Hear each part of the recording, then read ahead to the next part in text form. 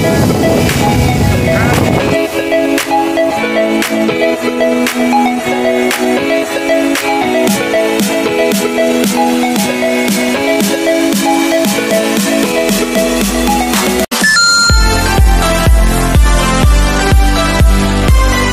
hi guys, good morning for today's video. Wow, good morning. Imalay ko baka nung oras ma-upload tong video. So guys, 5 AM, ewan ko what time na kami nakaalis, diba bongga? Ganun talaga guys, Filipino time. Hi guys, dito na kami sa yung mga kasama nila, mag-anak ng jowa, Maniba. Wow! So punta muna ako dito sa kanila, sa bahay nila. So, ano na ang ganap?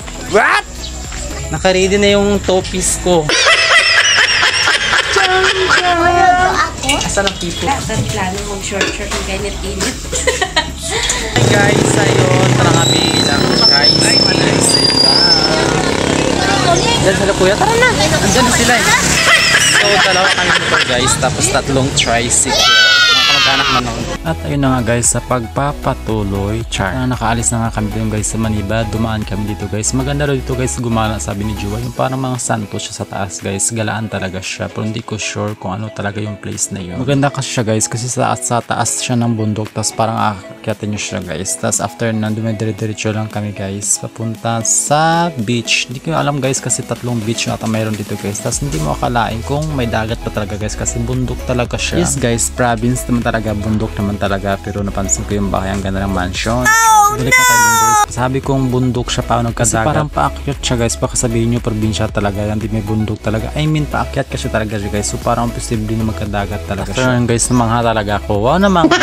Ito talaga yung mga beach dito guys, yung hindi siya ganun makaka-rate, yung hindi siya ganun yung mga design niya. Parang simple lang siya na mayroon lang cottage, tapos mayroon lang maparking. Okay naman siya guys, kasi probinsya naman talaga. Pero pagka like katulad sa atin ng mga masyadong mano sa accessories, yung mga maraming mga design na pagkaayos talaga siya. Siyempre sabihin nyo, siyempre Barbie, kamilig ka sa mga design.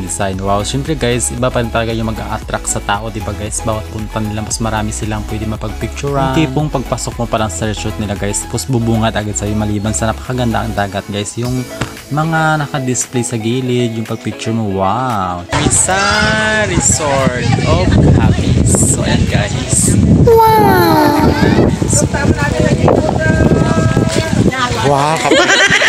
Gagi! Akan na. So dito na kami guys. Mamaya na mag-din ko. Lang. Hindi nila alam kung saan sila. Uy! Ano ang sinasabi mo dyan? So yun guys, dito kami. Ano pangalan dito? Nakuli kayo no? Gugma Beach. Gugma ito ng buta mo? Ito gugma? Gugma dress. So mamaya guys, baka yun. Hi guys, dito na. Kasi mga dala, walang magdadala. Tungkol sa akin ganito. Ayan yan, nakapit mo ba? Guys, may naka-reserve siya 2 piece. Wow! Wala ito pala yung balay ng mo? Wala na? Masama-sama. What? Wow! Ngayon lang ako guys. Ako na dito sa...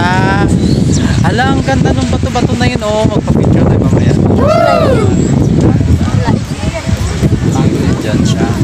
Ang ganda dun guys. Ngayon ako nakapunta dito sa beach ng Happiness. Ang ganda. Ba't dito tayo?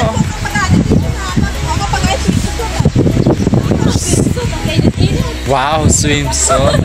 At yun na nga guys, sa pagpapatuloy na daw. Ito na nga guys, nakapisto na kami sa cottage. Wow, sila pala guys nakapisto na. Tapos binababa nila yung mga gamit. Dito daw kami guys sa pangalawa. Kasi yung una guys, parang mainit siya, something. Wow. Siyempre dagat, mainit talaga. So yun guys, may naglakop na tuyo.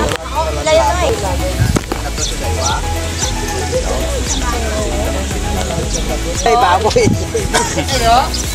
Pag-iksi lang. Pinsan lang. Pakyawan na, cinta tanan. Pinsan lang? Pinsan lang. Malmahal. What? Swimsuit niya, naka one piece. Dali, ano? Video ko dyan. Tapi kailangan memories. Gandang scenes. Kaon na. Sekarang? Ang dami lang ba? Thank you sa bisita ko.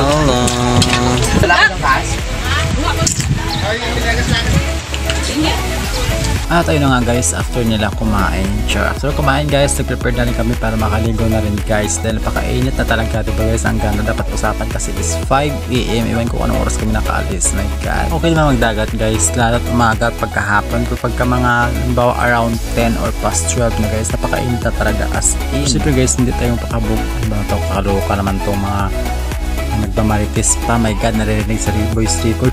Sorry guys, may nag-usap-usap kasi something, sorry naman na agad-agad. So ayun guys, napakaganda ng dagat, super tuwa ako dyan guys, dahil may bato-bato sa gitna, pwede natin siyang puntahan. Diba guys, karamihan or madalas naman talaga sa dagat wala ka makikitang bato sa gitna or something. Pero alam nyo ba guys, yung dagat dito ay mula dyan sa inalayuan ko hanggang dun sa gitna guys, napakababaw niya talaga. Hindi ko alam kung bakit, siguro hindi pa siya ganun kayang tubig ko, kahit naman siya tumaas yung tubig guys, so ang tawag ba dun, hindi pa rin siya ganun kataas guys, kasi parang naka-flat lang talaga yung buhangin niya. Napakaganda talaga. Diba guys, namangha si Akla kasi napakaganda ng tubig nila, hindi man siya maabot sa liig o kilikili ko something guys, kahit nasa gitna ka na, ganun na talaga ang tubig nila guys. Ito guys, tingnan nyo ang ganda ng province of Capiz, ang dagat nila, char.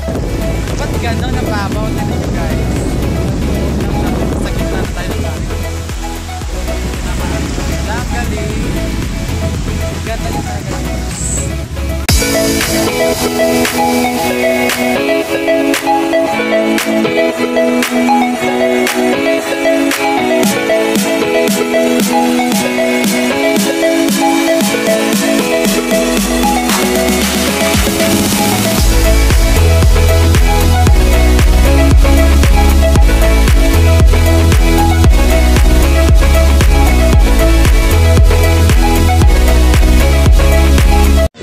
So yun na guys, nagkakita na kami, pauwi na naman kami. Bye guys, see you to my next vlog.